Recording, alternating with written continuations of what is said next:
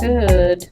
So this is mostly informal, Elke, but we basically, the way you ended up on our radar, well, I've known of you for a long time. I've kind of run into you in different calls, mostly occasionally when I've been able to join the IDG calls in Europe or Bernard's calls, the CAD calls that he had.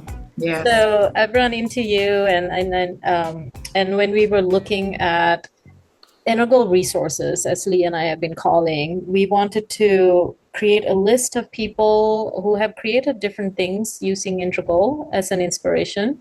And so for sure you came up on our list. So you and your institute has been featured on this integral resources tab that we created on our website. And we wanted to talk to some of you. So that's where we go. So I'll get started. So welcome everyone, and especially welcome to Dr. Elke Fein. Dr. Elke Fein is a political scientist and developmental psychologist who's passionate about reimagining politics as a space for growth rather than conflict. Just let that sink in for a bit. Politics as a place for growth rather than conflict. Very nicely framed. Yes. She's the managing director of the Institute for Integral Studies in Freiburg.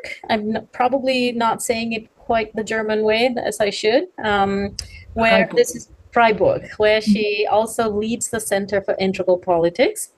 Elke has coordinated projects like Leadership for Transition and recently was the lead author of Integral Politics, Foundations, Principles, and Inspirational Resources. With a background in studying big societal shifts, like democratic transitions in Eastern Europe, she brings a unique lens that bridges adult development, integral theory, and politics. Her work invites us to imagine political systems that are less reactive, more collaborative, and ultimately regenerative. So thank you so much for joining us, Elke. I hope more and more people will get to know your work. And it's certainly an intense time of socio-political, cultural dynamics throughout the world. And so we're really looking forward to hearing from you. And with that, I'll hand it over to you, Lee. Yeah, so Elke, thanks so much for coming. And the first question we wanted to ask you is basically, can you situate yourself in, let's say, in life, in the political landscape you grew up in, and what attracted you to want to study politics, and what's your backstory, given that probably just like Namali and I, you were born when the Soviet Union still existed and when the Berlin Wall was still separating parts of the East and West. So can you speak to that and perhaps also take us into how integral theory influenced your perspective? Right. Thank you very much. Whew, that's a long story already. And for me, they were both intertwined in a way from the start, even though I got to know integral much later than I started to get interested in politics. I was brought up in a Catholic environment. And if you go back to the roots of the word, integral is the same as universal, is the same as Catholic, right? Just in etymological sense. So that was my upbringing, like trying to see the whole all the time. So that's maybe the bottom line of it all. But, well, where can I start? I've always been interested in politics and political science because since my early youth, or when I started to awaken, so to speak, to political topics, I've been driven by the question of how can we, meaning humanity in the last resort, how can we organize ourselves and how can we organize for people to live and thrive together in a peaceful way on all levels, from local up to the global scale. So that has always been the core question at the heart of what I was doing, and which is also the core question at the heart of political theory, if you want. And I had a very important phase in my life where I was engaged as a young person with an organization ran by a Jesuit community, which led young people into social hotspots all over Europe. And so that was my my socialization into practical politics, so to speak, and into practical, let's say, European reconciliation work. Also, as a German, to go into the hot spots in other European countries and see what's needed and work with the people on the ground, and especially in deprived areas and so on. So for me, this theoretical thinking about and the practical hands-on, getting your hands dirty in a way, was always very, very closely linked. So it was a logical step for me to study political science.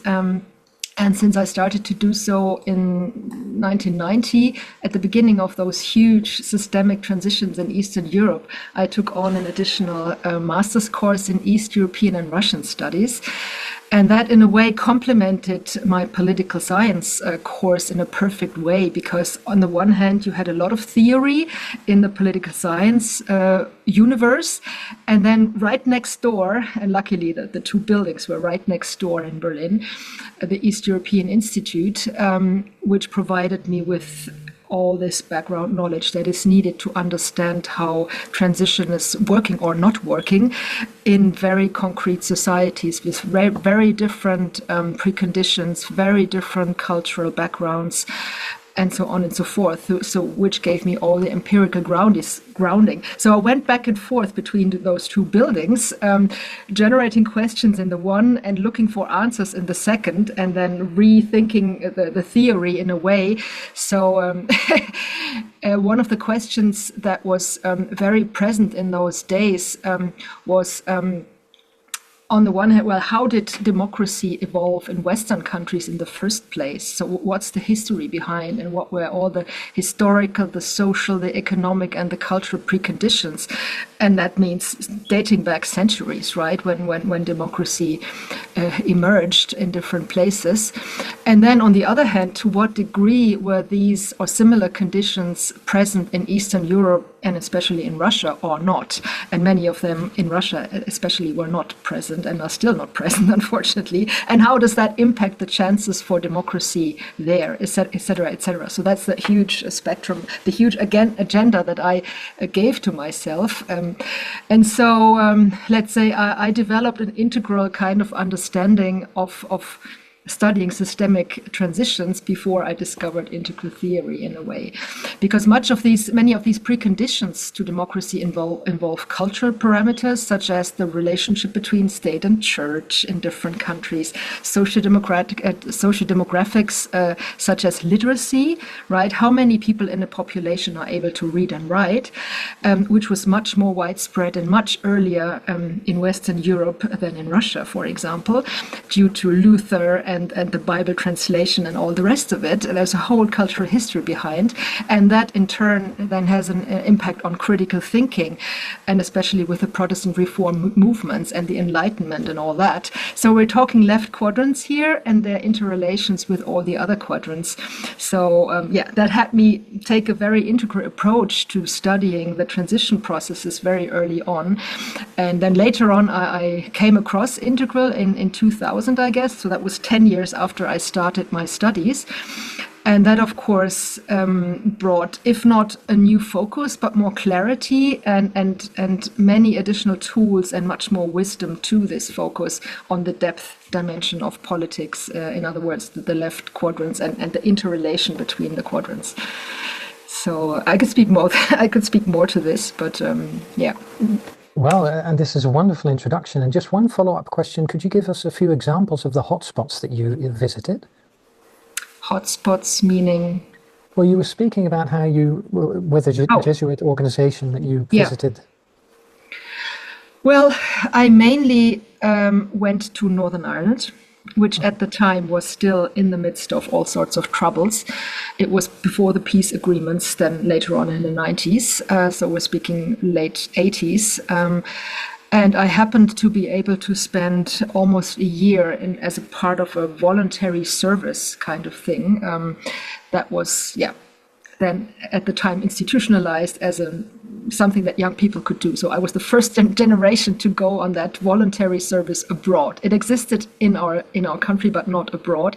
So they took me to Northern Ireland. and not just Northern Ireland, but West Belfast, which is an area with an unemployment rate of 80%, meaning that more or less everybody is unemployed.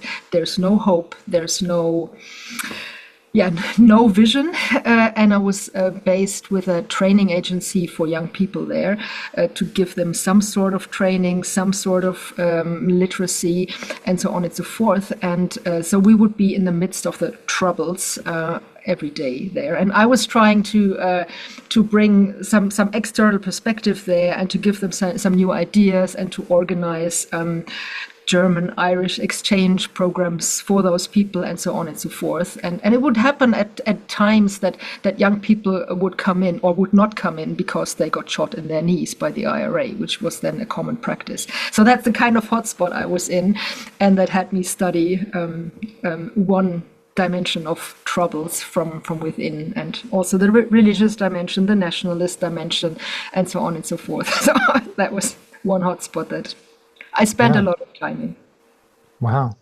Yeah, thanks for sharing that, because Normali and I, we wanted to call this series Integral in the Real World. And I think what you're describing is a very clear example of how people implement, let's say, holistic perspectives, even if you didn't realize it was integral because integral came across your life path later.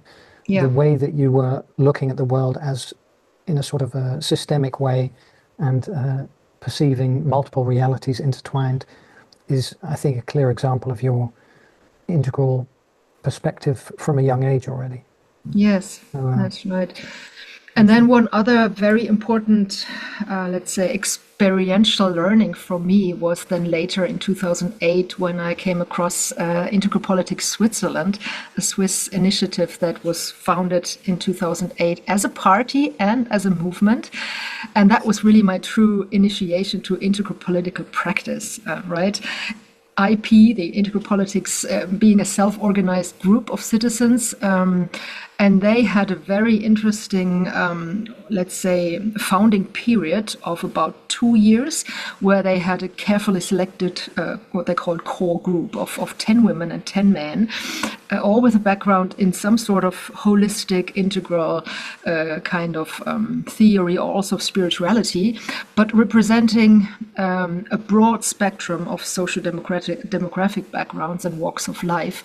And so they came together over 2 years to write a manifesto they called The Foundations of Integral Politics, largely drawing on Aurobindo and Ken Wilber and other people like that. And so I had the privilege to be with this group for a few years in this founding period to help build up this IP as a party and with all the elements of a teal organization. So the internal processes were just as fascinating as the effort to come up with integral policy papers and statements and what do we want to change in the world and so on and so forth. So and what impressed me a lot was their approach that they called we're operating by the intelligence of the heart, right? So it's always a connection between the theory in the background, but they don't talk theory so much, but they really try to embody it and to radiate it in a way so that people experience this feels different. There's a new paradigm that you can either sense and feel, or it's not integral. And so that keeps being like an important mantra of mine. If you don't sense it, it's not integral. You have to embody it. You have to radiate it in order to, for it to become alive, really, with people who are not into theory, because you don't need the theory to get it. You can experience it in your body, in the best of cases, at least. Yeah. Agreed. Yeah, thanks. Normali, over to you. Yeah, that's really exciting, Elke. Two things. I mean, I was going to ask a question, and I'm going to try and weave this into this question, but Lee just brought up about how we've been focusing on what we call integral in the real world.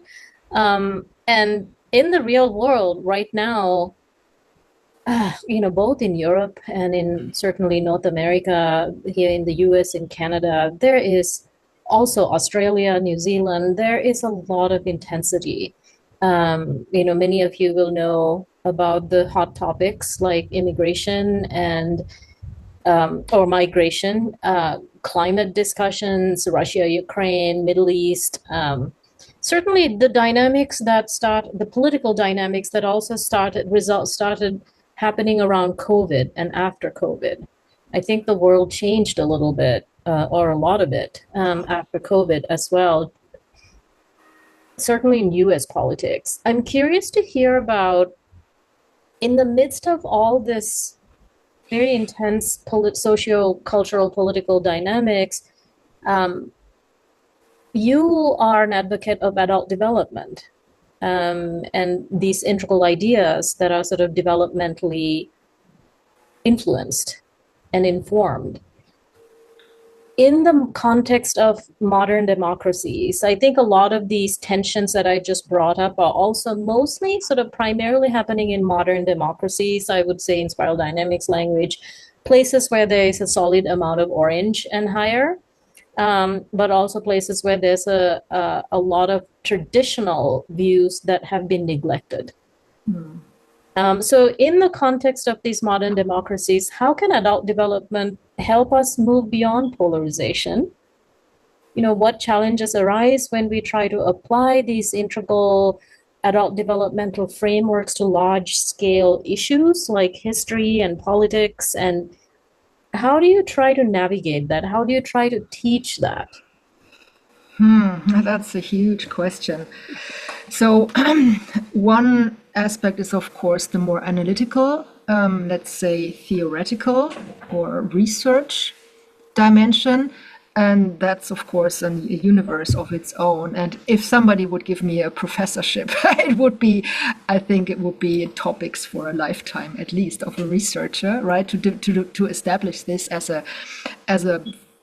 an academic field, which it isn't so far. Nobody has really systematically looked at political challenges through a developmentally informed lens, which is a really big pity, because it adds so much insight and so much better understanding to traditional approaches. So I could speak to that alone for for a long time. I've done quite a few studies, even though, I wasn't paid really for this kind of thing, because at some point I stepped out of university, because when you try to do, at the time at least, when I was in the period of looking for a job after my PhD and so on, academia was not ready for integral approaches. So I tried my best to sort of squeeze my integral perspective into the disciplinary channels and so on, but that is of course very frustrating. So at some point you have to take a decision. Are you going on an integral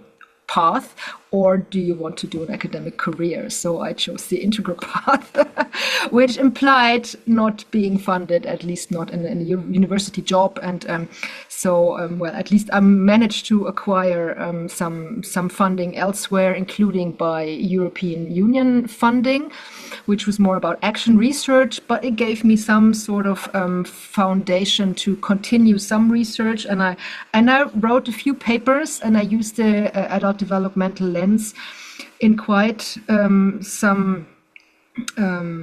quite a number of topics. And maybe I can mention one that was quite straightforward for me, studying Russia and all this big these are dimensions of the big issue, like what are the preconditions for democracy in Russia?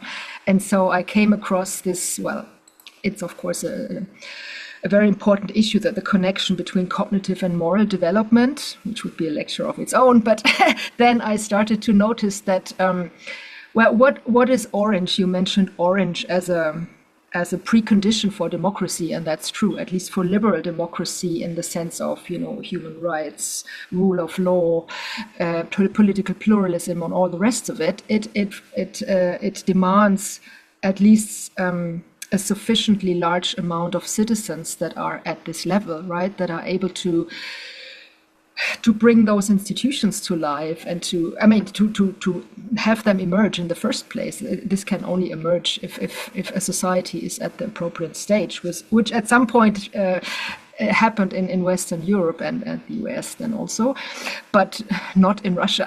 So anyway, I chose the topic of corruption. I don't remember why exactly, but there are many aspects to it, and for example, one is the Weberian study of bureaucracy as a modern kind of as a modern, well, it's not a set of institutions. It's a paradigm, really, like bureaucracy in the sense of abstract rules governing social processes. And this only works when you have abstract thinkers with at least early systemic thinking in the bureaucratic positions, right? Applying the rules. With no regard to personal interests, with no regard to bribes and things like that, and so this has to be in place in order for a bureaucracy in a modern system, a rule-based system that has rules applying equally to every person. Yes. So, and I discovered that, of course, this has never been in place in Russia, and what we find there are earlier action logics that are more conventional in the sense not of rules, but in terms of conventions, right? Conventions such as, well, how do you do things in a certain community? I give you something, you give me something, for example, can be a convention, but it's not based on abstract rules. It's more concrete rules, right? In the cognitive sense, a concrete, yeah. So, yeah, anyway, I did a whole study around this, and that was quite interesting then to combine it with my knowledge of Soviet history and pre-Soviet history in terms of literacy coming very late. And the Soviet Union actually was a huge driver of literacy, but only starting from the 1930s. And so you can derive from that in a way that there cannot really be developed abstract thinking without solid literacy. At least that's what cognitive development science says.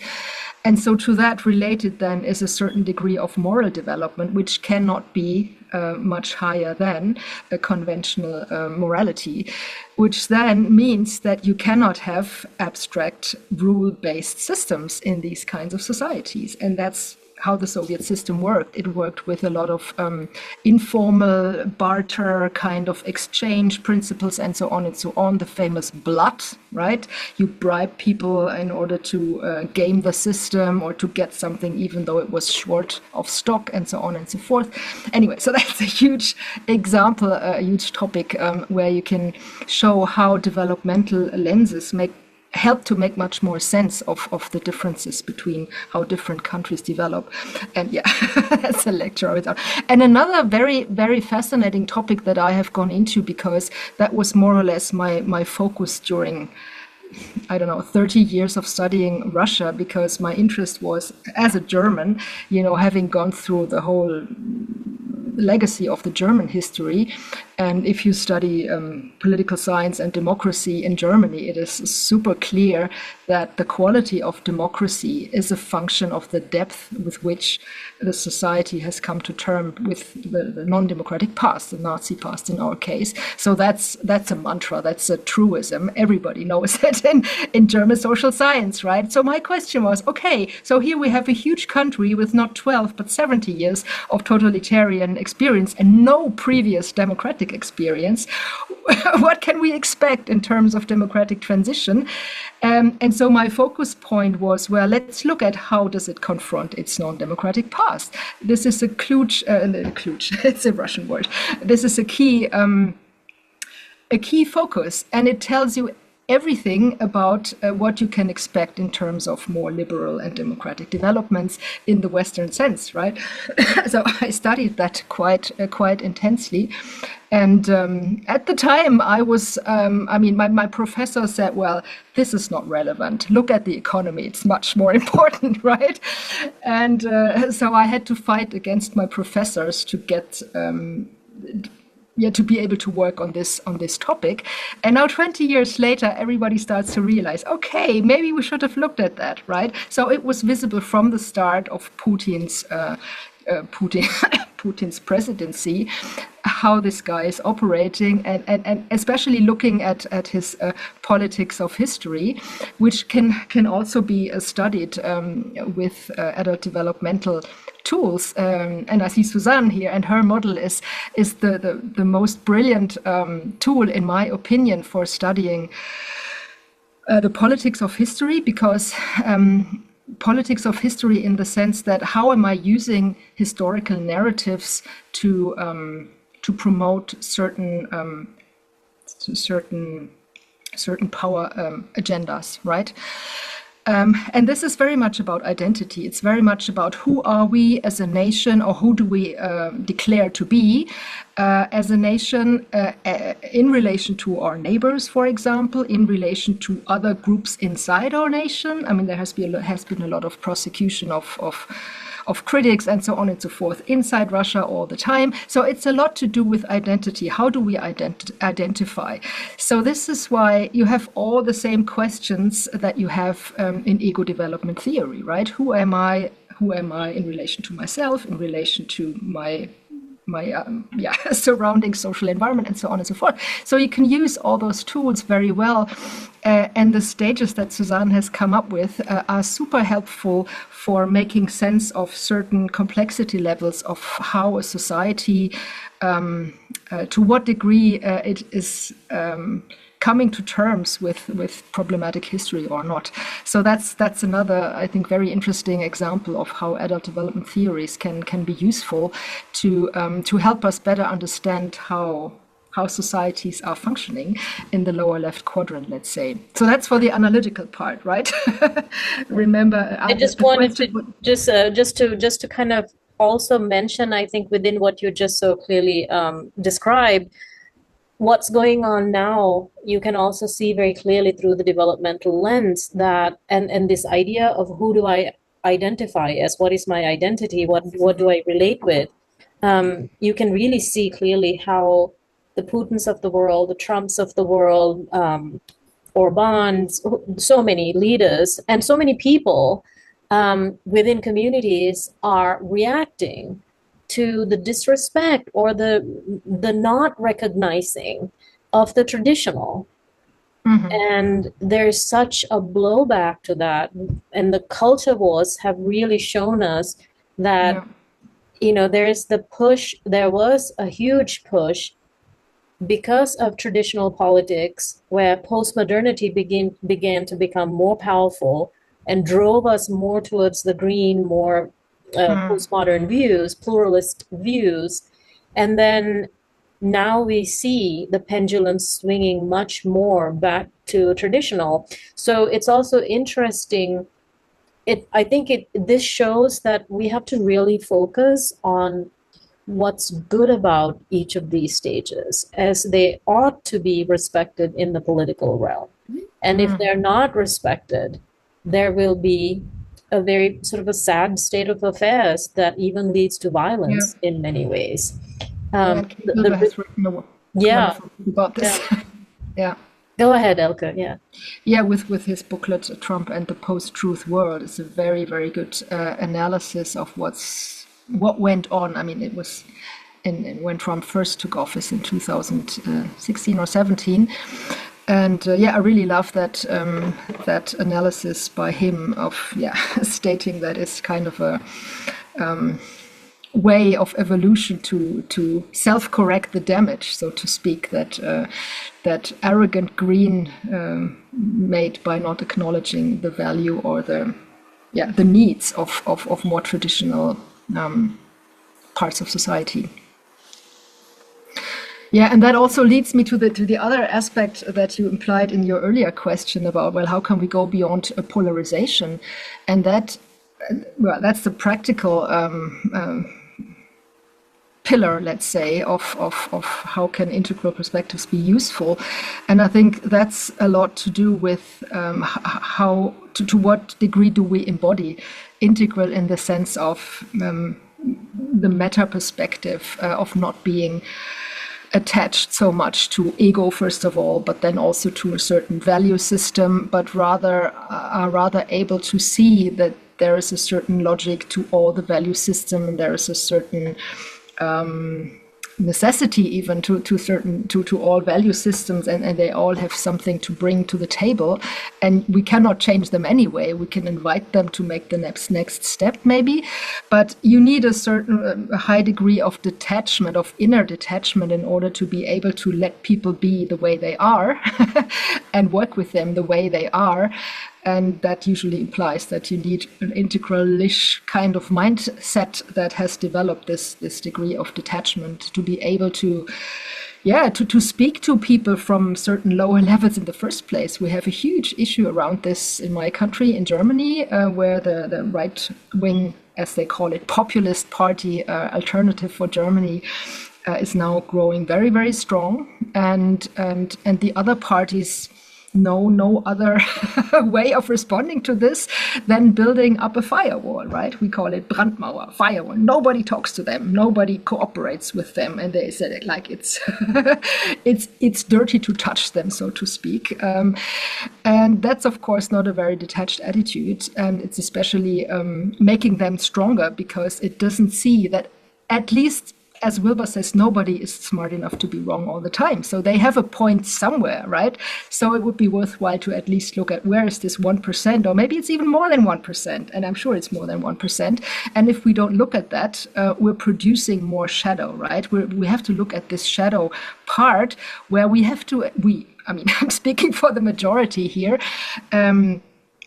where the majority is being ignoring something that they bring to the table, and where they see problems that people find important because they vote for them, and that the others have ignored. That's the truth, right? They have ignored certain social problems and certain other problems that people find important.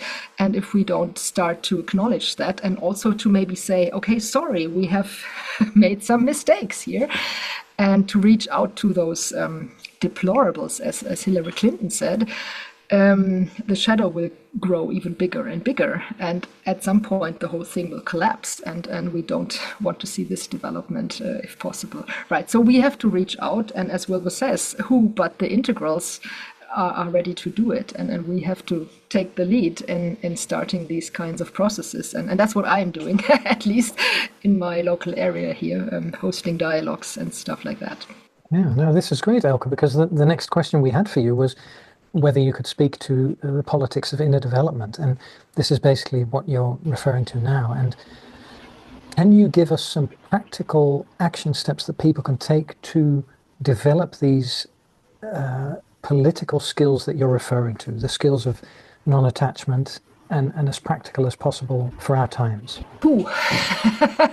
I think what you can also include in that, Elke, is to share with us some of the practical things that you're actually doing. Like you just said, maybe having dialogues, and maybe this might also be a good time for us to hear about your own work that you are actually doing. So.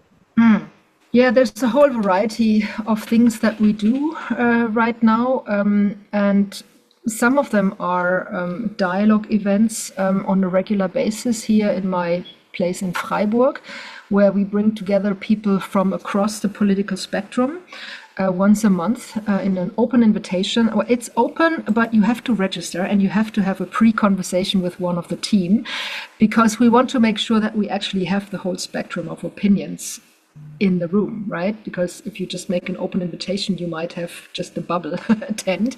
So we want to have a diversity of opinions in the room, which makes the whole thing juicy and interesting, because you want to be challenged in this kind of space to be confronted with somebody with a really different opinion than you hold yourself. So we're hosting these kinds of dialogue events, and we use all sorts of integral methods, and it's usually a 3-hour format, which gives us the possibility to start in a light way, with some icebreakers and some getting to know each other, because you have to build up a safe space first for people to then really be willing to open up and to build connection, first of all, to the other people, to see the person and not so much the opinion that they might be triggered by. So as soon as we have the connection, we can start going deeper and look at, well, what's the story that somebody holds the story or the personal experience behind an opinion that somebody holds, because you can always relate to a personal story, even if you don't share the opinion, right? So that's the second step. And then if the process succeeds, we would have a third phase, which is more like some kind of deep democracy work, right? Some kind of moving around the different perspectives that are in the room and try to make them more complementary, right? Everybody brings their perspectives and everybody has some part of the truth, right? And to invite this kind of holistic understanding of things, which is usually very rewarding, and people go out very, very happy in a way, because, yeah, many of them have never experienced something like that. And it's, yeah, I love this work because it's really applied integral politics in a way. So that's one format that we do. Then we have another format which we call simply round table. And we have a beautiful, colorful round table that has been especially designed for these workshops, because, well, it appears that, quite banal, people who are more shy and who are not used to sitting in open sharing circles, for example, especially the people from the more traditional backgrounds that we want to have in there, right? They're not used to sit in circles and be in silence and stuff like that. So they are more comfortable behind a table. So we have this table with something to eat, some snacks and some drinks. And so it's quite an informal setting. And we would host this with a very simple set of table rules based on Bohmian dialogue and nonviolent communication, essentially. And the bottom line is really about deep listening, listen to yourself, what comes up when you listen to somebody else, not respond immediately, and so on and so forth. And we don't do a lot of facilitation, but rather hold the space for it. And the middle of the table is empty, right? So everybody's focusing towards the middle, because we don't want people to engage in back and forth debates about being right or wrong or something, but rather speak to the middle. And what we experience, we have done this now many times, and one series of roundtables is going on in a small Black Forest community called Hinterzarten, which has many issues below the waterline, below the table, so to speak, that nobody talks about, but that is present and everybody feels, right? And so with this open invitation to look at, well, how do you feel living in this place? So there's not a big topic. We don't normally have no topic at all, but we rather invite, well, how do you feel in this place? Or tell us what's going on for you here. And within a few minutes, we are at the very burning issues, because people start to share, and then the next person says, okay, I can relate to that, and so on and so forth. And that's a really powerful process, even though it's actually quite simple. So that's another format that we use a lot. What else can I share? Yeah, I love to work with deep democracy, according to Lewis and Mindell, who have worked with this metaphor of the iceberg a lot, that is well known in psychology and in therapy. Which is also very, very helpful for describing what's going on in the political realm, right? Because our official public spaces are pretty much superficial, and the discourse and the dialogue, well, it's not a dialogue usually, it's really just public discourse, and it's very fact-based, it's very left brain, and so on, even though there might be a lot of emotions involved, but they're usually not consciously processed, they're not consciously used, they're made use of, but they're never adequately given space or processed. So the interesting thing is to work with what's below the waterline, right? The emotions, the conflicts, the trauma, you name it. And so deep democracy is just a wonderful tool to do shadow work with communities and to talk about political topics in a more holistic way, by really involving not just the head, but the heart and the belly and all of that. So I've done a couple of trainings in deep democracy, and I'm just going to the deep democracy intensive in Vilnius in 2 weeks by the Mindell community. I'm really curious because, of course, we will be very close to the Russian border there, and I'm sure there will be a lot of very burning topics related to the Ukrainian war there. And I'm really curious how they will be dealing with this. So yeah, I'm trying to bring this to Germany in a way, but also to politics, because it hasn't really been used a lot in political contexts. But as far as I know, it's been used more in therapy and in organizations, but not so much in politics. And I think there is a huge need for this kind of depth work in politics, because I think if we don't manage to deepen our democracies in a way that means to further develop them to the next level, which includes the inner dimensions, we might lose them, and we might see regressions as we currently see in the US and in other places. So Integral is called to step up and take the lead here. Because I'm very curious, Elke, when you speak about, for instance, Mindel's work of going into the depths, and you also refer to Germany as basically a traumatized nation which is responding to current events from past suffering, basically. So if you were to say, what would it look like concretely for a country like Germany to work with political and national trauma in a way that can help to evolve the political discourse to a next developmental level? Yeah, huge question and very important question. Well, one side of it is to look back on what the country has done in the last decades, right? There has been a lot of what we call Vergangenheitsbewältigung. There's no really good English term for that, as far as I know, but coming to terms with the past also in an inner sense, in a psychological sense, meaning to really consider and acknowledge what has been the case, not just in the external world, but also in the internal world, right? What have people gone through? What suffering has there been? What's, all the pain that people have gone through, and so on and so forth. So there has been a lot of that in the last decades. But then now I think we're in a way a little bit at the crossroads where we might need a kind of Vergangenheitsbewältigung 2.0 in a way. It gets more differentiated, and the challenge becomes more, how can I say, finer, if that's the right word, because now there's more shadow involved, and we see this in the way, in my opinion, as the mainstream political camp is dealing with the right-wing party, right? Because they are so much resisting it and building up this firewall because of the very well understandable and honorable impulse to not go back to the past again, right? So they see the past represented by this party. But what do they do instead? They bash this party. They don't look at the shadow. They don't look at what's inside at all.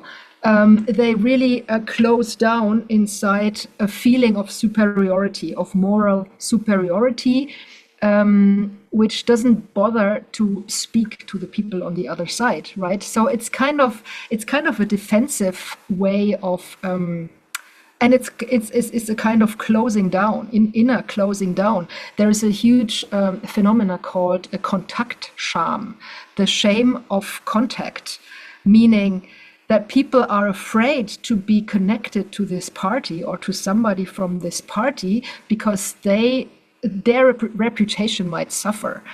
And so this leads to a complete breakdown of communication between people on both sides, which is, of course, very detrimental for any kind of more holistic social conversation, right? Well, what is their 1% point where they are right, where they are bringing something to the table, where they have some need that is not addressed and that might explode at some point if you don't listen to it.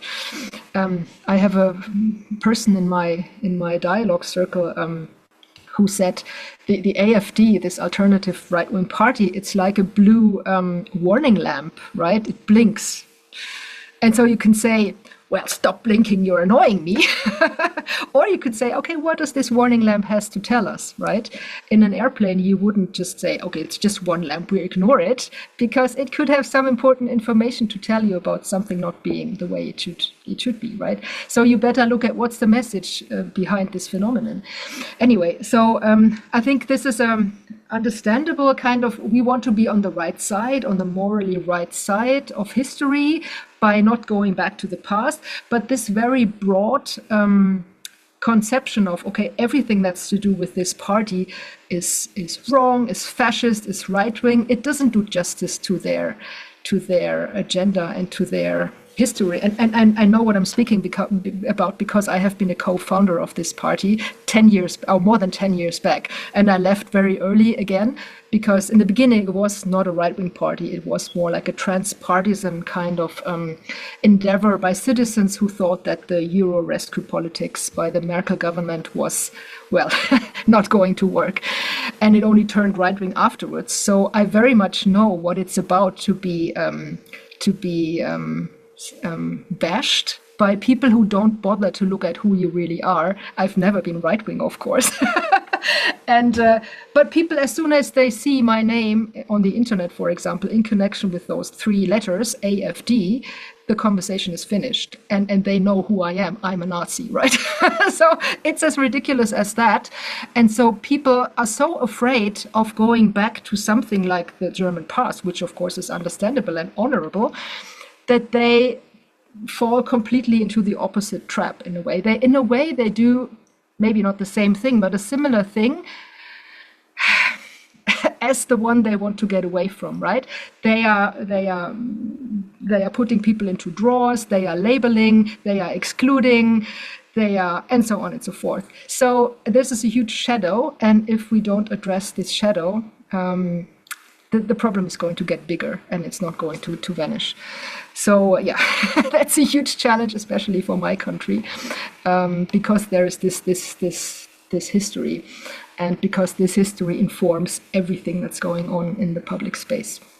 Mm-hmm. And rightly so, but we have to differentiate much more, and we have to, so come to an integrally informed and a much more differentiated, which includes the inner perspective. Processing of these various streams of affairs. Yeah, thanks, Elke. And as I was listening to you speaking, I was thinking this is probably very recognizable also for people from the US, because these patterns and dynamics are, of course, human, and they're basically polarity patterns. So, so Namali, over to you. Yeah, there is so much truth in what you're saying, and that's exactly what I was also suggesting earlier, that there is a certain identity that is deeply denigrated with the process of evolution. Somehow the ones that get left behind, they're not gonna be quiet. And it's very interesting to see what's happening in Europe and in similar but different ways in North America as well, both Canada and the US. I think maybe I'll just ask one question, but then after that, perhaps, Lee, it might be time for us to open it up. And, it's a question that comes up for me often, and it has come up for me for years, actually. This idea that those of us who are in these kinds of developmental communities, we genuinely mean well, and I really, really get it. And we often talk about topics like integral politics, integral activism, and all of this. But the reality also is that it's real that as we evolve, if development is true, if it's actually true, there could be I'm happy to go with it as an assumption, but I think most of us in this community, we believe, we have a general sense of belief in this idea of development. But with development is also a true dissolution or a true dissipation of this idea of the self. And the construct aware stage, for example, we have lesser degrees of need to or attachment to get we're less and lesser ego driven, in other words. But in order to be an activist or in order to be in integral politics, I often feel like the drive for that has to come from those earlier stages. And it sort of, I often sort of beg the question, it's like, how many integral people are running for office? Basically none. Very few. Maybe we hear of people here and there who might embody some integral ideas. There are many, and I admire them. But how do you feel about this kind of psychological dynamic, even that is related to development, where people who are evolving more, for example, are having less children in some ways, it's like there is a restfulness that also emerges with emergence itself. We take a bit of a back seat. We don't want to get so involved. So there's this tug for me of when you say, roll up the sleeves and get to work. It's really hard to do that because we see the multiple perspectives, and it's hard to kind of maybe like kind of drum up the red in us maybe that is required to go and run for office and really get involved in politics. Well, I think, thank you for the question. I mean, there are many questions in this, and there are many things to say to this. And there's maybe a thinking mistake in this, and that this is due to our current understanding of politics. I usually ask people when I hold lectures or so, what's your association when you hear the word politics, right? And they say all sorts of things and then I ask, for whom was it positive and for whom negative? And for most people, the association is negative, right? So they think of something like people are bashing each other, nobody's listening to each other. So that's the paradigm that we know of politics. That's the political system that we know that has an orange modern kind of basis and history. It emerged based on modern thinking, modern values, and modern principles such as competition, first past the post, quantitative measurement of success, and all these things, which was very functional in the time when it emerged. It's no longer functional today. And so because we have so much more complex problems, you cannot just say, okay, two parties, who is right and who is wrong. And you can no longer identify with just one party, right? I remember when I was 18 and my first elections, when I had the right to vote, I could find something in every party that I would find interesting, right? So I had a hard time making a choice.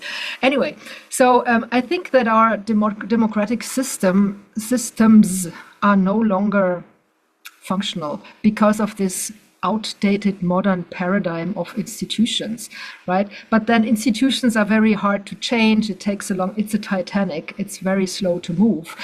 And so this is why there is a décalage or the attitude of integral people or integrally informed, construct aware, or whatever people, it's a mismatch between those orange modern institutions. It's just not attractive to be in these kinds of institutions. Same as the academic system, by the way, same as the educational system, same as the health system. It's all modern systems.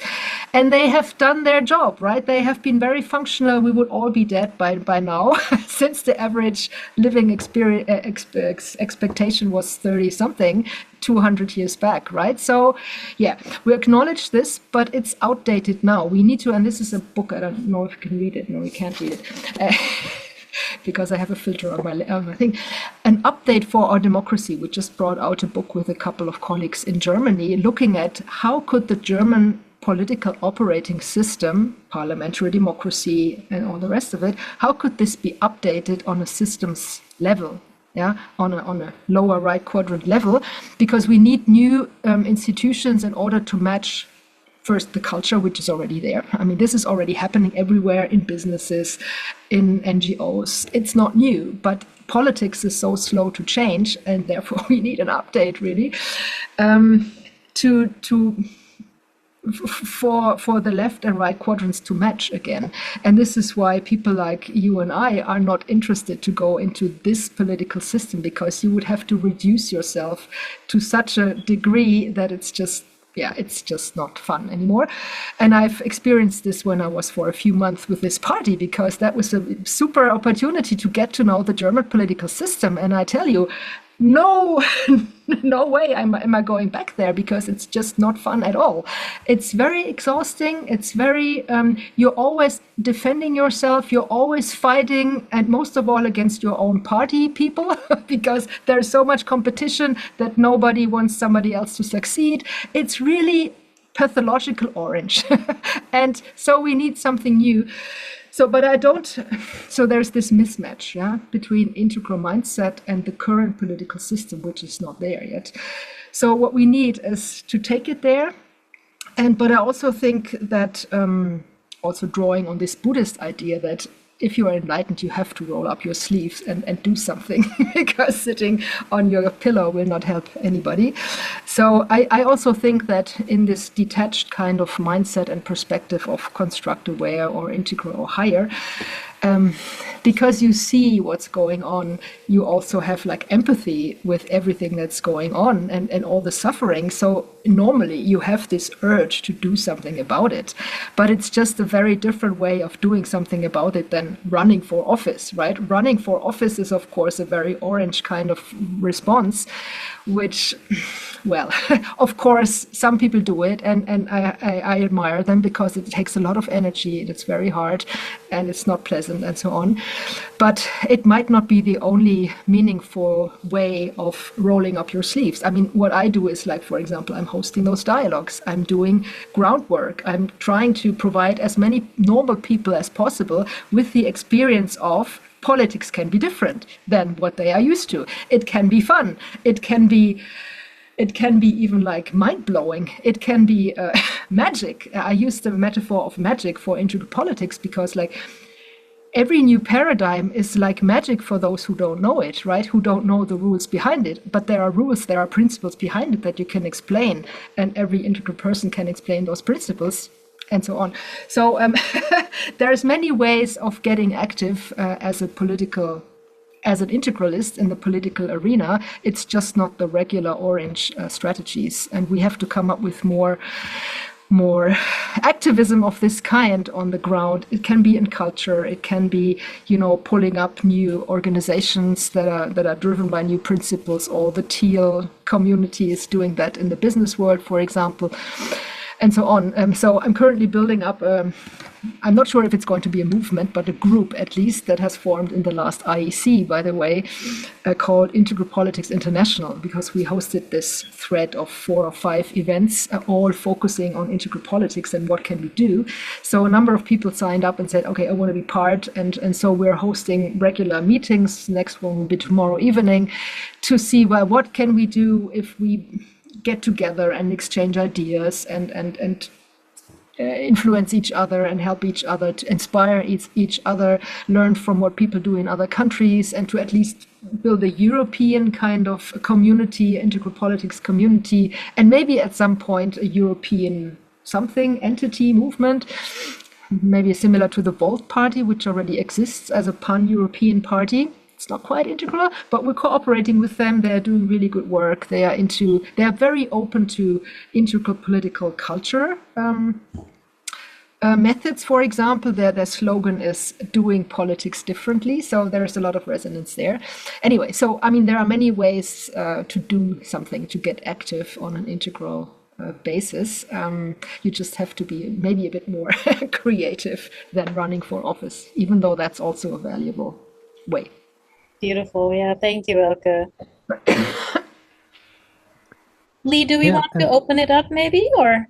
Yeah. Let me just close with saying that, Elke, it sounds like you're echoing what Rob Smith, co-founder of Integral Life, says, and that is that from an integral perspective, it's useful not to try to renovate the current system, but basically to co-create the next systemic structures that are emerging right now. So basically investing in future emergence. Yeah, it's Buckminster Fuller, right? Rather than precisely. trying to change the system, build a new one. Make it obsolete. Yeah. I mean, and you can do both, and maybe you have to do both, because I mean, the old one is still there, and that's where decisions get taken. So, I mean, and the best way, I think, is to do both at the same time. Like a colleague of mine speaks of parallel polis, right? On the one hand, you build a new model besides as a prototype, and you experiment and you gain experience, and you provide people with this experience. So it gets more normal and more normal and more normal. But then also you need to inspire people in the system. And there are many people in the system who are super frustrated, who are super not knowing how to go on, but really noticing that this is no longer working. They just don't know how it could look differently because they're not aware of integral ideas, maybe. And we're starting to reach out to those people, and to speak to them and to hear, well, what are their pain points and what are their ideas around why things don't work and what exactly doesn't work and what could be done differently and so on and so forth. So I think we need both those strategies at the same time. And for example, in Germany, we have this organization called More Democracy. It's the biggest NGO in Germany, and they are pro-democracy NGO. They used to start with this idea of bringing direct democracy referendums to the national level, which we don't have at the national level so far, even though it's in the constitution, but we don't practice it because the parties are too powerful to allow it. Anyway, so they have now started to come up with a different method called the sortition-based citizen council, which is also a big wave rolling through many other countries right now. And what did I want to say? So that's one example for how you can bring a new kind of lower right method or format or process into the existing system. So there have been, the first Citizens Council was like a parallel polis. A More Democracy organized it on their own with their own funding, and just to gain experience and just to show that this works, right? That this is cool and people love it, that the participants loved it, and that it comes up with really good ideas. And then after a while, I think the third one or so, it got the blessing of the Bundestag, of the parliament. And then the next one was invited by the Bundestag. So it's not an official thing yet, it's not in the constitution yet, but it's starting to establish itself as something that is quite helpful in certain circumstances, right? So it's a gradual kind of evolution that we see here. And as more and more people go through these formats, people start to realize that it's much better than what we have, and so on, and it starts to normalize and to flow into the existing structures and to contribute to a gradual evolution, let's say. Yeah, excellent. So for anyone who has a question for Elke, please raise your hand. And yeah, thank you, Namali, and thank you, Elke, for your talk. And I feel really inspired by all this, and I want to ask you a question about the circles that you facilitate or the groups that you facilitate. You shared a few examples of different formats. And I was thinking, well, it'd be nice if maybe I started something like that or participated in some that already exist in my local area. And but I felt some fear come up thinking about how, I have all this inspiration and maybe I'm a little idealistic about, we can change the world by doing these sorts of things. And then actually going in and facilitating one of these events, I can imagine it might be difficult or challenging. And actually the world isn't changing. It starts to go even in a worse direction. And so my question for you is, how do you maintain for yourself some equanimity and inspiration to continue all these years as you've done, even when it can be challenging? Thank you. It gives me energy, and this is what we notice every time we do integral policy. When I give a seminar or a workshop, and people would regularly say, "I leave more energized than I came in."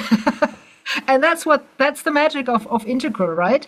Of applied integral. And that's why I love it so much. And same for me, right? It's so much fun because it's just a human longing and a human need. I think to do meaningful things together is just so much fun. And it's so deeply rooted in us as a need that, I can just recommend it.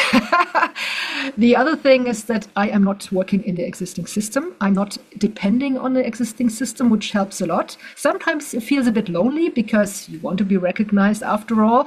But it happened to be that, well, as I said, I didn't really managed to do an academic career, so I'm not in the academic system. I'm still a lecturer at the university, and I'm now, for the first time this fall, teaching an integral class there.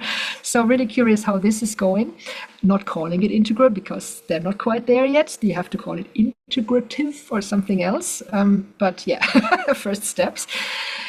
And yeah, I'm noticing that yesterday I was at a meeting of all the lecturers, and I'm just so bored. I just cannot stand being in this system because it sucks energy, right? It's the same with all the modern system. So one way of remaining healthy and remaining in my strength is to not spend too much time in the system because yeah, it's dysfunctional and it sucks energy. I'm not sure if I'm answering your question. What else could you do was also a question. And I'm thinking, if you're American, I strongly recommend that you get in touch with the NCDD movement, which has been around for a long time, by the way, but they have gotten much more active after Trump's first election. It's the National Coalition for Deliberation and Dialogue, or Dialogue and Deliberation.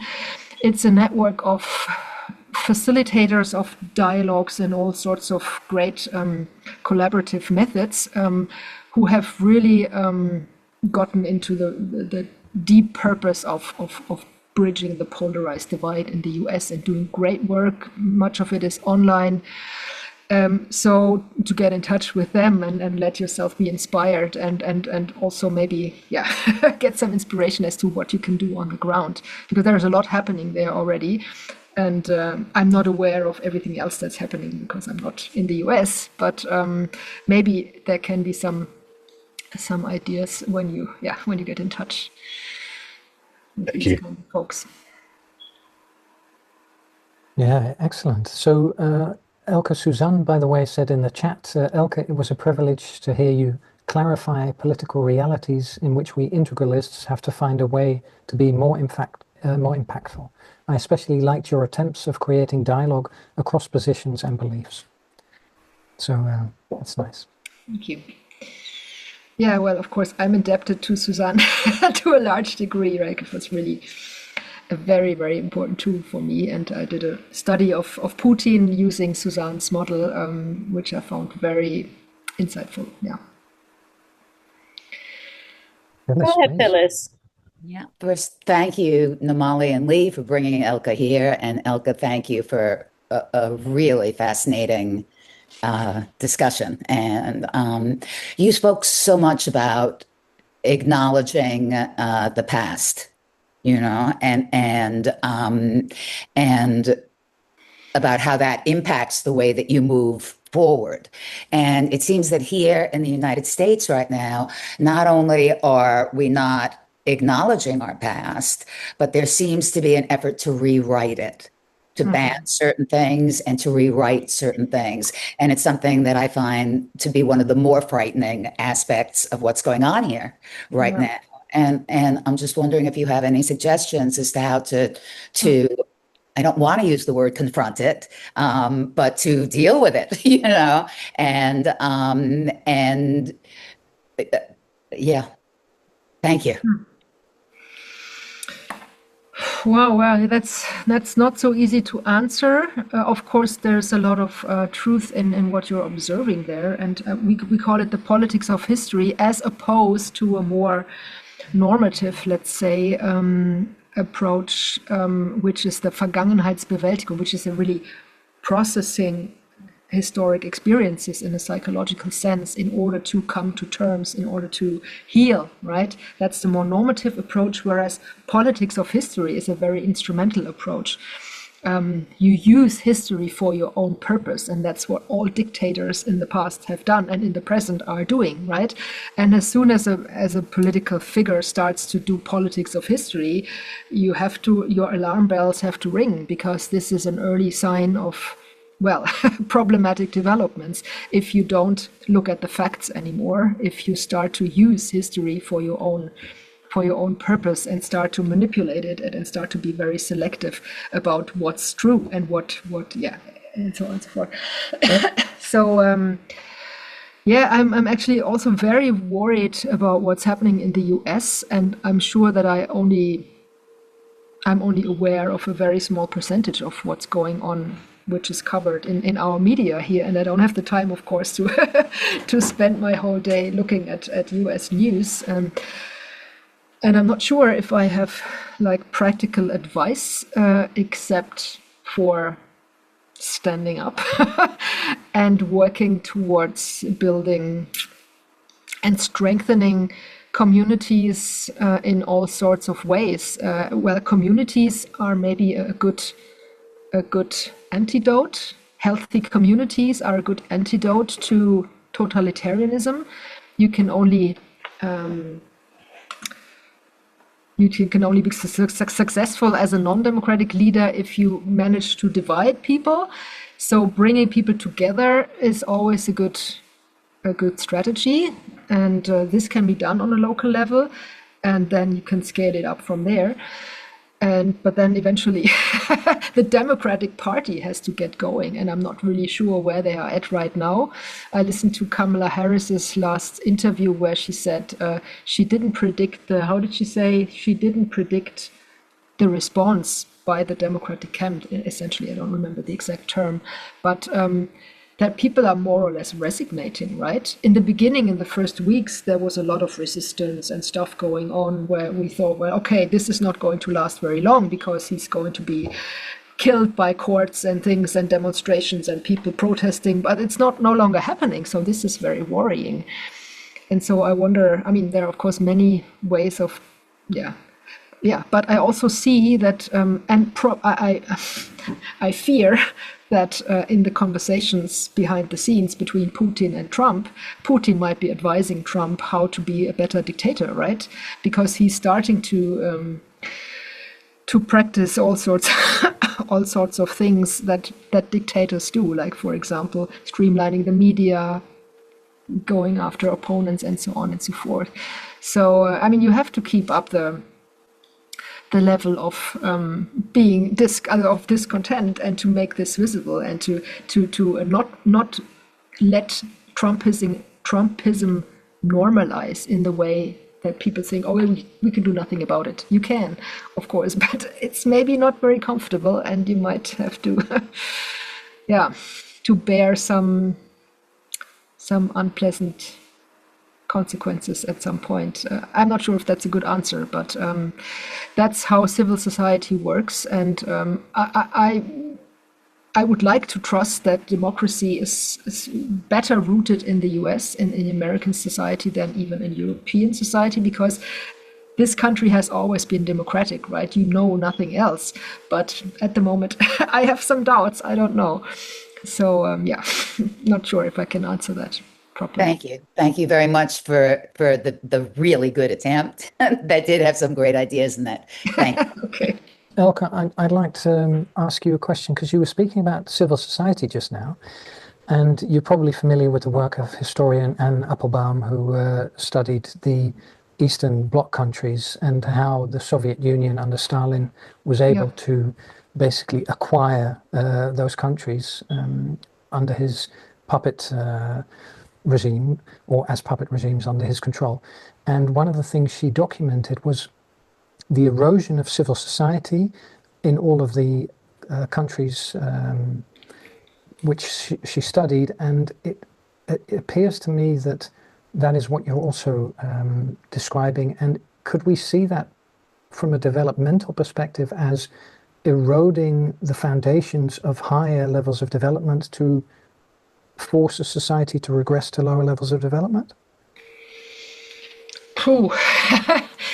Yeah, that's of course one of those questions that, as a researcher, I would refuse to answer due to lack of empirical evidence. Right, that's a huge problem with making claims about societies and through the developmental lens, because normally you don't have evidence for it. You just have hints and you just have symptoms, which you can then draw inferences from, but you don't usually have the data. And there's a project right now going on, or being started by, I think, Rob Smith and his gang, about really coming up with a global, solid kind of measurement of where global societies are in a developmental sense. And I really hope that this succeeds, so we would have better empirical foundations for such claims. Well, I have studied Eastern Europe without the developmental lens, and I think that is much more honest in scientific and methodological terms, because you don't just explain that by developmental theory. It's an additional, very interesting dimension that you can bring in. But besides that, you need a lot of history, you need a lot of sociology, you need a lot of all sorts of elements of all the social sciences that are around that are much more differentiated than developmental theory. So I would strongly recommend not to reduce your explanation to developmental theory, even though we intellectuals love this. But it's just a meta theory at this point, if you don't back it up with actual evidence from the specific context you're talking about. So with this disclaimer, let's say, I'm not sure, of course, erosion of civil society. I mean, I don't know this specific work by Anne Applebaum, but there's a big difference, of course, between Russia and all the Central and East European countries west of Russia, which all have had a much shorter experience of communism, for historical reasons. And so, and most of them had more experience of, well, if not democracy, some of them, yes, for a few years before they turned communist, but at least had an experience of more pluralism inside society, be it, the tension between Protestant and Catholic and different churches, and there are many different church denominations in the Eastern European countries, many different Orthodox. So this adds to pluralism. This adds to the idea that people can have different views and they still have a value as a human being, and so on, which is a democratic basic value, let's say. So, and all the Central European countries like Poland, Hungary, and so on, they could draw on former experiences after the end of communism because people were still alive. There was still this heritage and this cultural heritage also of we never identified as communist. It was imposed on us, and this is something foreign, right, by the Soviet Union. So there was an alternative identity to draw on, an alternative basis of knowledge, experience, and so on and so forth that they could draw on. And that's, of course, also the case for the US. So erosion of civil society. I mean, there's an erosion of hope. I clearly see that. But, and I don't know if there are many examples of an established democracy turning totalitarian. I mean, this is new, right? We don't really have prototypes for this, and I mean negative prototypes. There are not many around. So this is really an experiment, and Orwell is maybe the only the only thing we could refer to there. But since there is so much experience, like civil experience and democratic experience, hopefully, I have never lived in the US, but I hope it's there. So I think there is still a lot of there should be a lot of hope. For something to build on, to build back civil society. Maybe there has to be also some changes. For example, I mean, and CDD is discussing that a lot. They are working with these issues of, well, what has the mean green meme, for example, ignored? What has it not acknowledged in the traditional, and so on and so on. And these are learnings from what's happening now, right? Where the leading edge has to come up with new ideas and with better strategies to include everybody. And we have all the tools, more or less, it's all there. So we just have to practice, and we just have to, and social media is, of course, a big challenge, because that adds a lot to this whole problem of us losing common ground, in the sense of, are we talking about the same facts, right? Are we considering the same things as factual or not? And this is a big issue, even also here in Germany, other topic. But so we're now discussing, for example, to forbid social media for young kids up until 16 or something, because, I mean, science has proven that it's very detrimental.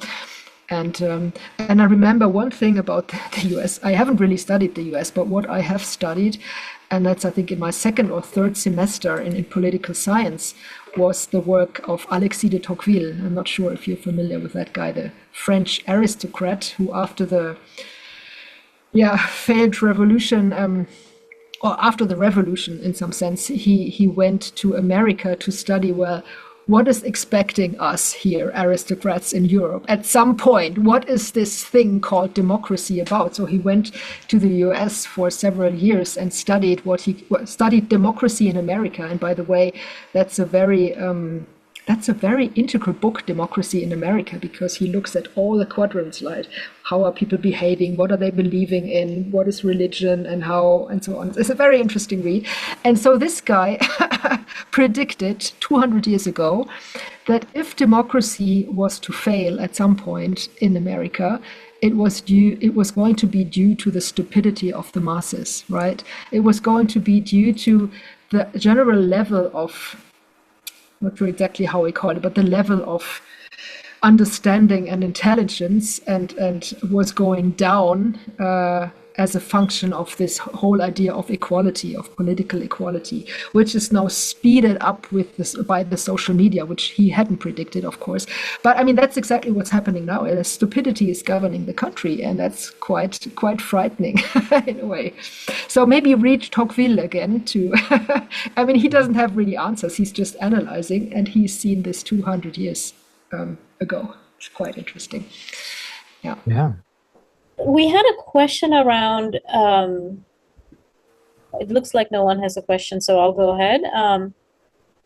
How do we make room, and this might sound like an odd question in a political context, how do we make room for emptiness in politics? And, you know, emptiness always goes with fullness. It's always a polarity. And maybe you can also close the call a little bit, Elke, by sharing with us, how are you personally impacted by, you know, do you feel a sense of impact on you personally? Because I think a lot of us do. When we look around and we turn on the news and we hear the political drama in many ways that's going on, it actually impacts us physically, psychosomatically, emotionally, spiritually.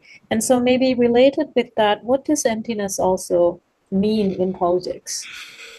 Yeah, thanks for this question. It's actually not odd at all. It's a really good question, and it points to one of the key innovations, I think, that Integral has to bring into this whole process of updating democracy and updating our democratic cultures and updating our paradigms, more or less, is to bring in this idea of emptiness. Because, as you know, transformation is more successful the deeper you go through the you, right? The deeper you, well, the more you let go of the existing patterns and the existing ways of thinking, the more you come to the bottom of the you, the deeper you go. And the better you let go all the stuff that is known, because it's not serving us anymore. So we really have to make space for something new, or the landing strips for the future, as Otto Scharmer says. And then from there, you can create something new, right? And it has a much better quality depending on how deep you go before, and how well you did, how well you let go of everything known so far. So emptiness and stillness and slowing down, and this metaphor of hospicing, you might know this hospicing modernity thing by Vanessa de Oliveira. That's an essential step, I think, and that's an essentially integral contribution also. There are many people who talk about reform and so on and so forth, but the dimension of depth is something specifically integral that we need to bring in, because you can do a lot of reforms and still end up with more of the same, right? If you don't add the dimension of depth. And this is why emptiness, it's just a metaphor, but we need to facilitate spaces for this to happen, right? So we need to facilitate spaces for, as in our roundtables with the hole in the middle, for enabling the system to see itself, which means essentially the participants of the system, us, everybody, citizens, to actually not just see, because everybody sees it, they feel it maybe even, but not consciously. We need this sigh of relief by publicly speaking up about, this is no longer working, and I'm frustrated, and I'm suffering from this, the ways we are doing things. I just spoke to a person who has a high-ranking position in the German Ministry of Economics. And she's working on state reform a lot, and she's struggling because the system is so slow to change, right? And so she said it would be a huge step forward if we could just agree on acknowledging that things are no longer working. Everybody knows it, but we don't dare to speak up and to say it loud. Because, okay, what does it mean? We don't have the answers, right? And the modern paradigm is expertise. We know where to go. Even if it's not working, we know, and we blah, blah. And so admitting not knowing is one of the core innovations, so to speak, culturally, that we have to make politically correct, that we have to introduce into the process by really, because everybody can respond to it. Everybody in all the events that we do said, okay, this is such a relief. I can speak up about how things are for the first time, right? And I'm not judged, and it's not ridiculous, because everybody feels and senses the same thing, more or less. But you have to make space for this. And this is actually, it's not odd, but go ahead and come up with ways to facilitate spaces for emptiness and spaces for this quality of helping the system to see itself, because then change will occur automatically, because it follows from the acknowledgement. You have to first acknowledge something is dead. Okay, what's the new thing waiting at the door? So that's the first part of your question. The second part was, how does it impact me? And interestingly, we had a political salon about this last night. I'm hosting a small integral political salon every month also, as a space for exchanging ideas and applying integral principles into to political topics. And so yesterday we had a guy who presented a course that he's going to offer on politics and emotions. And it was very much about how does politics out there impact us. And quite banal, it was really about speaking up about it. Okay, I feel so and so. And for many people, this was a huge also moment of relief. Oh, finally, I can speak up about my emotions. And we all know that emotions disappear once we give them space, right? Emotions are or feelings or emotions, there's a little bit of a terminology issue around these two. But they are also an issue as long as they are not recognized, as long as they are not processed properly.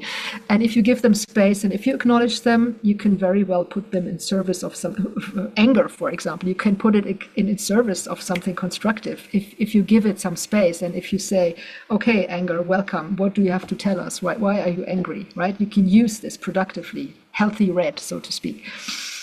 But for me, I don't know. It's not so much of a big deal. I'm often very frustrated listening to the news, because I'm just thinking, how come you don't see this, right? I'm sitting here as with my integral politics hat and so on, and I'm seeing all this meta stuff all the time. I mean, I'm looking through, I'm understanding what's going on a much more meta level than most people inside politics, because they just don't have the space for it, let alone maybe also the cognitive capacity.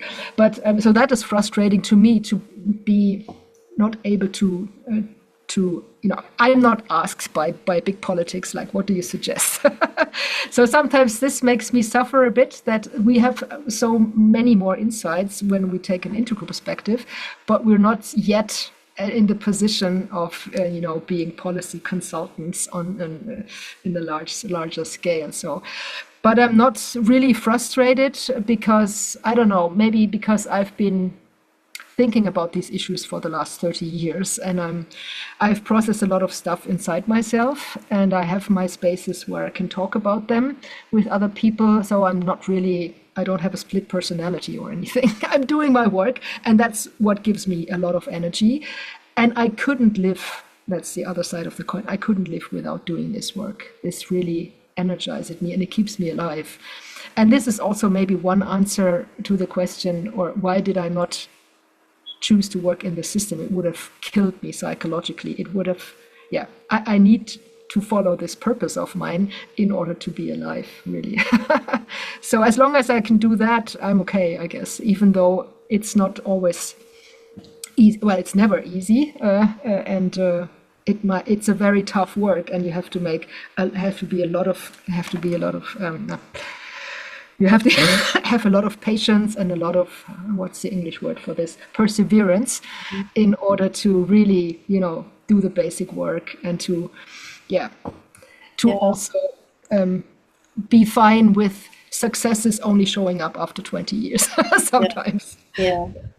I really like and I really appreciate and I really just admire how you really are living your purpose. You're doing your work and you're sharing it with us in actually practical ways, that we can each, I think, consider these ideas about having these circles or even attending, finding where these circles are happening and finding them. And actually, you mentioned an American organization that I hadn't actually known of. Can you repeat that again? It's NCDD, and NC. it's the National Coalition for Dialogue and Deliberation, or the other way Okay. around. Okay. Yeah. Well, thank you. It's a network, it's an association, I guess it's a membership organization. Okay. And they also host regular conferences of very good quality, as far as I'm following their, mailings and stuff. And I think the crucial thing that you have said, which is practical, hard to do, but it's still the most practical advice, is the antidote to anxiety is action. It's And connection. And connection, yeah. It's to be active. And trust. Yeah. Trust in the universe. Because once you make the first step, momentum will follow and you will receive everything you need. That's at least my experience. So go ahead. And even though you don't know the third and the fourth step, but you maybe know the first and the second, and just go ahead and do those. And then see what happens. Yeah, even in a little. And we all have enough skills in the integral community to host, let's say, host spaces of emptiness, right? Host circles of any kind to talk about, just sharing circles. And in my chapter for this book here, I wrote like one innovation that we need in order to bring depth to this transformation would be Zuhörhäuser, which would translate as listening houses, right? Every city, every place should have a listening house. Like, maybe the term listening society by Hansi Freinacht, who says the meta-modern political paradigm is about listening in the very broad sense of the term, not just with your ears, but also with your senses, and to really sense into what's actually the case on all levels and what's not working. And we need this listening attitude to really make space to invite whatever people bring in, and to let that be valuable and okay, and to acknowledge what they bring, and so on. And that everybody in this community can do that. We just have to, maybe leave our comfort zone to have a first go, and then you have a second go and it starts to be fun. And because people are longing for it, because many people just don't know about these integral approaches and all the rest of it. So we have a fucking duty, I think, to bring them out there and to provide people with this experience that politics can be something very different than what they are used to think about it. Yeah, and that leaving the comfort zone really aligns with the concept of emptiness, is emptying ourselves in some ways of our comfort zone. Available to maybe something bigger that speaks through you. Yeah, so Elke, thanks so much for the work that you're doing, and we hope that we were able to offer you a listening house today, and so that everyone can listen to you. Yes, thanks a lot. It's a great pleasure to talk to you. Thank you so much. Thank you, Elke. Thank you, Elke, so much. Take care. Looking forward to talk more. Yeah, absolutely. Take care. And to hear about what you're starting to do. Yeah. Steps and second steps, so keep me posted. Absolutely.